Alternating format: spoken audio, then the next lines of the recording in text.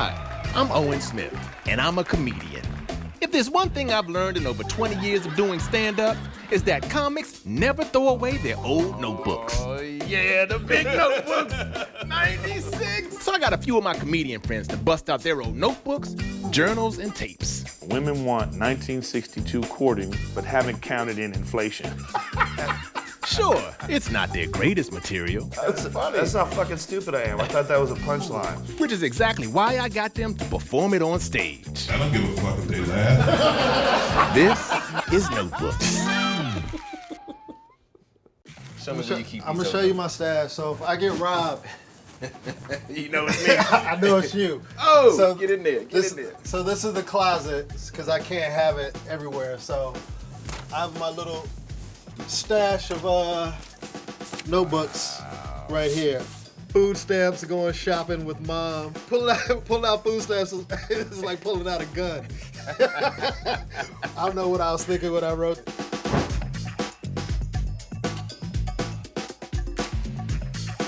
Come on, man. Look at the stains on the. This is like if we were in a museum, son. October 3rd, 97. I used to feel sorry for fat people, but you can't help people unless they want to help themselves. My homeboy bought himself a house, and every room in the house is a kitchen.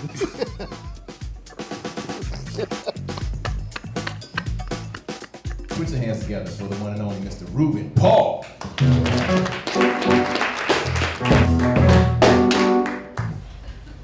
You know, I don't know if you guys heard of that story at some high school where they wouldn't let they sent the girl home because she had cornrows or something. The school said, you know, you couldn't. And that's like a direct thing to black people because white people aren't really wearing cornrows.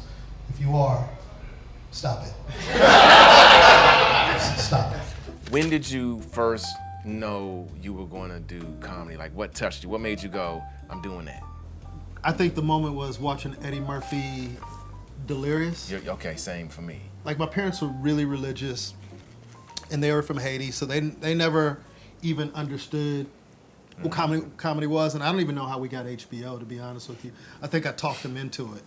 And my parents were at church, and I was in their bedroom sitting on the bed, and Delirious came on, and I just remember laughing so hard. I was like, I want to make people feel how he's making me feel right now. Like, I had tears in my eyes, and I couldn't have been no older than 12 or something like that. So the first time you touched the stage was in almost like 10 years later or something?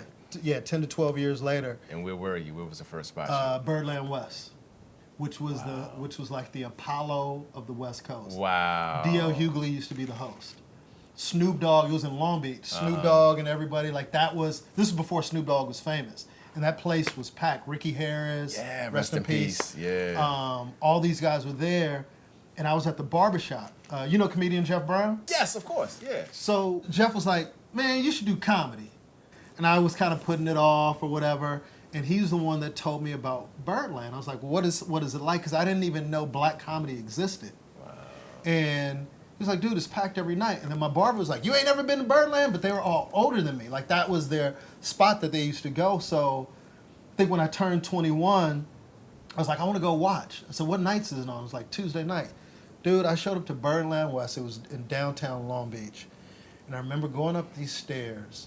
The door opened up, and it was just packed with black people to see comedy.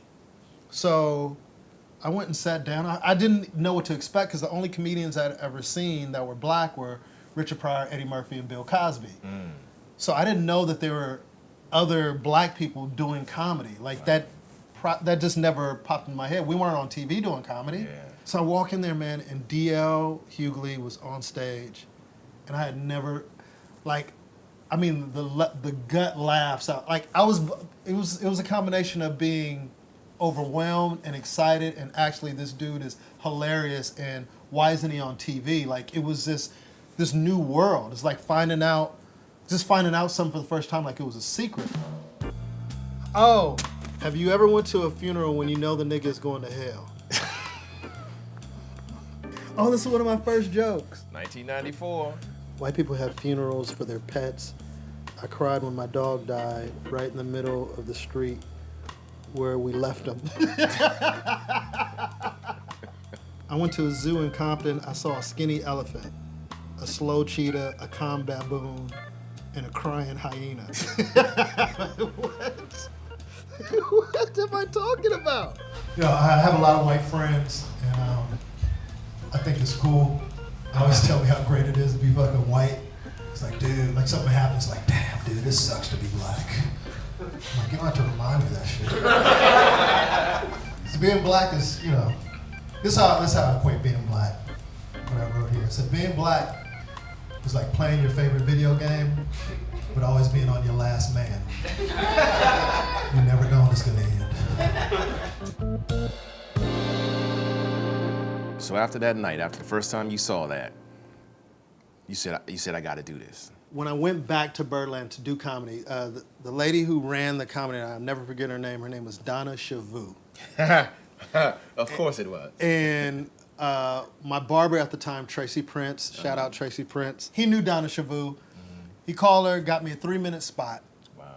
From that moment, I was nervous. Bubble guts. For I'm talking about a week. So I'm going through, I mean, this book that you see now, I'm going through it and I'm putting together what I didn't know, you know, just what I was thinking, what I was talking about. And the first joke I did was about seeing a brother on the bus with a cell phone. and how that didn't make any sense to me. Like, why are you riding the bus with a cell phone? Now, I mean, of course, now cell phones, but back then cell phones were kind of expensive. So why the hell you know? And that was the joke, and it killed. And I had like an out of body experience, man. Wow. When the first big laugh I got, I remember being on stage, and I know this is gonna sound corny, but I remember like looking down on myself, going, I can't believe they are laughing. Wow. I just couldn't believe that the whole room was laughing, and I almost didn't go through with it. I showed up, and I was nervous as hell, and I was with a friend of mine. He's like, "You sure you want to do this?" I was like, "I don't know, man." He was like, "What do you have to lose?" He goes, "If anything," he goes, "you'll be embarrassed for, you know, a week or two, and then life goes on. At least you could say you tried." And I was like, "You know what? You're right." And then they called my name, and he looked at me and said, "You in a world of shit." Oh, this is when I created the astronaut bit. Y'all don't know my favorite. That's one of my favorite. I told them this bit this morning. Man. That's when I first came to town and I saw you on stage. That was my And, bit. It's the independent women bit. The independent women bit, yeah. It's a joke about independent women, on how independent women are cocky. Independent women are really cocky. If you meet a woman with a good job, you don't have to ask her what she does. She'll tell you.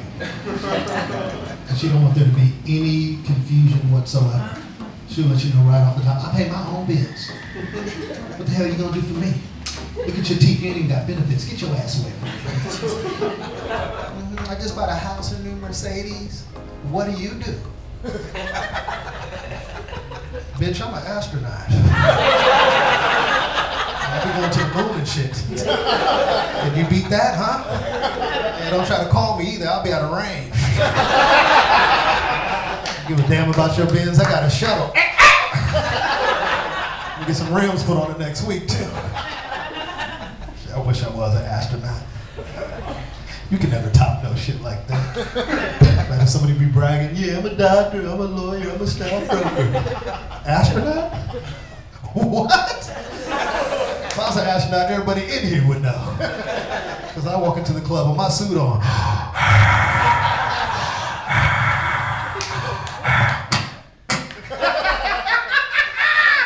Woo! Jupiter was hot in the motherfucking dog. Bartender, I am thirsty. Let me get a Hennessy and Tang, please. The first 5 years I did comedy, I never did white rooms. I just did black rooms because that's all I knew. Okay. You know, I grew up in Carson around all black people. Yeah. You know, I started in the black comedy scene, and it's funny, like some of the younger black comics, they think I don't do black rooms. It's like, dude, that's all I did. Right, you know what I mean? That's all I did with black rooms. And it was DL and the other guys that encouraged me to go to the Comedy Store, to go to the Laugh Factory, because they're like, dude, your comedy, because I never did hood comedy, even though I grew up in the hood, but because where my parents are from. So I had always had this international, I guess, vibe to myself without really accepting it. I hid from it for most of my life because I got ridiculed the whole time growing up. So I hid being Haitian for a long time, especially when my initial instinct was to be honest and tell my story. And when that didn't work, I was like, well, everybody thinks I'm a, in Godfrey's words, a regular black guy that, I just, shout out Godfrey, that really put me in a position where I was like, I don't even want to go down this road. So for years, no one knew. Like, I run into people now, and it's like, dude, I didn't know you was Haitian. I've known you for 15 years. I never talked about it. Yeah, I didn't know you was Haitian. Yeah. Old friends. Old friends. Ran into someone that I thought was dead. Oh, I do that joke now. This is like, and people think it's a new bit for me. How crazy is that? 94. And it's a good bit now where I go, I went back to my old neighborhood. I ran into one of my friends that I thought was dead. It caught me by surprise. I was walking up the driveway and he was like, "What up, Ruben?" And I turned around and go, "Oh, damn, nigga, I thought you was dead." and I said he was pissed. And he was like, "Dude, what kind of friend are you? You didn't even call to find out if it was true?" And I'm like, "Why would I call you if you dead?" Like, that don't make no sense. What I'm gonna do, leave a message? "Hey, dog, call me back if you're still alive. If I don't hear from you, rest in peace." That's the bit. But it started there. So but here's the original version. Ran into someone that I thought was dead. "Why would I call you if you're dead?" Damn, that's crazy. Not like you're gonna answer. "Hey man, if you rise in 3 days, call me back." Damn, that might be a better punchline. That's a better punchline. You just punched out past you, just punched up future you. When did you start to open up and talk about the Haitian?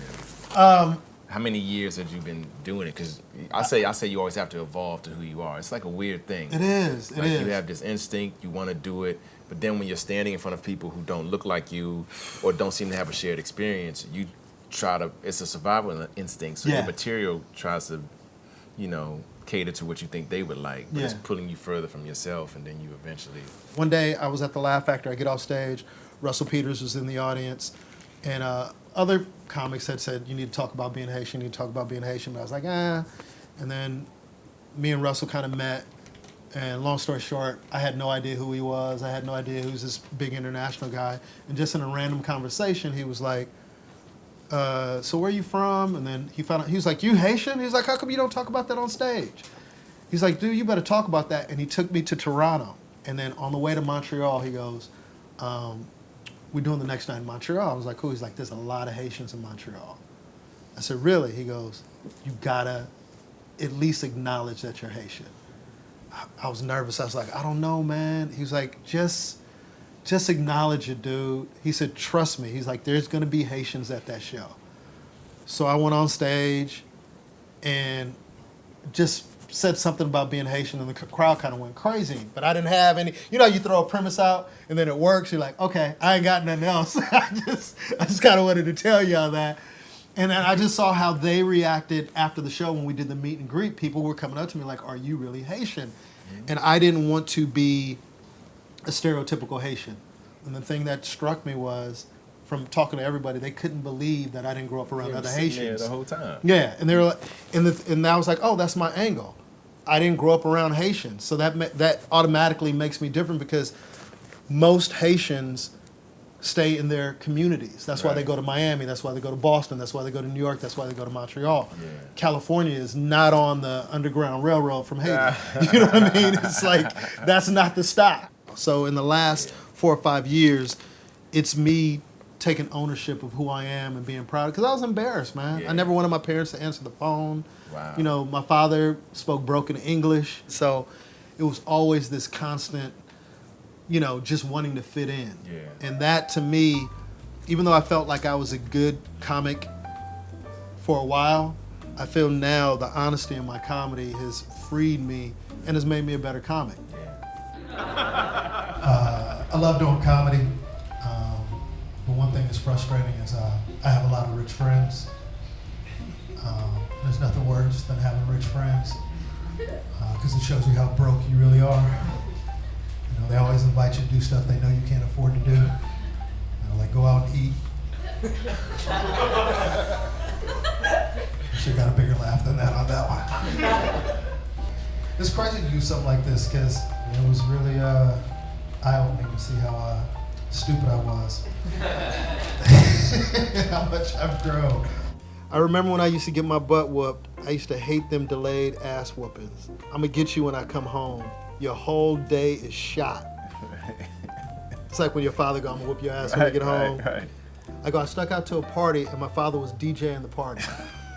And he was like, come on in, nigga. That was the punchline. These are my comedy notebooks. Thank you, man. Hey, appreciate you, boy. Thanks for having me on here. Yeah, Love you too, man. man. Yes.